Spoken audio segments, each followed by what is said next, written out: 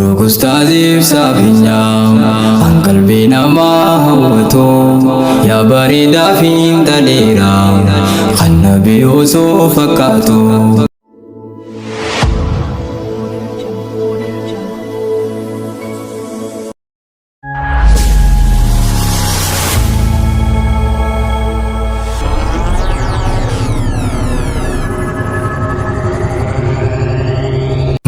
Ustaaziif sabinya qalbii namaa hawwatu yaa bareedaa fi dhaleera kan nabii osoo fakkaatu. Beekumsa hundaan faayame kan bifti isaatis toltu shamarran dhiisii dheertinu siluun gochuudhaaf maraattu. Dubartiin hedduun hawwite seelaan sirkadhee tan jettu suuraat ilaaluuf qabdee korora buusaa dharraatu. Yoo fuudhuun kee dhugaa tahee qalbiin isii haa sabbaltu.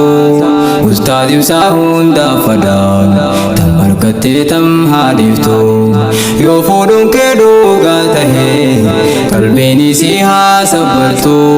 Ustaaziif isaa hundaaf fadaan tan markattee tam haa dhiiftu. Ustaaziif isaa hundaaf fadaan tan markattee tam haa dhabdu.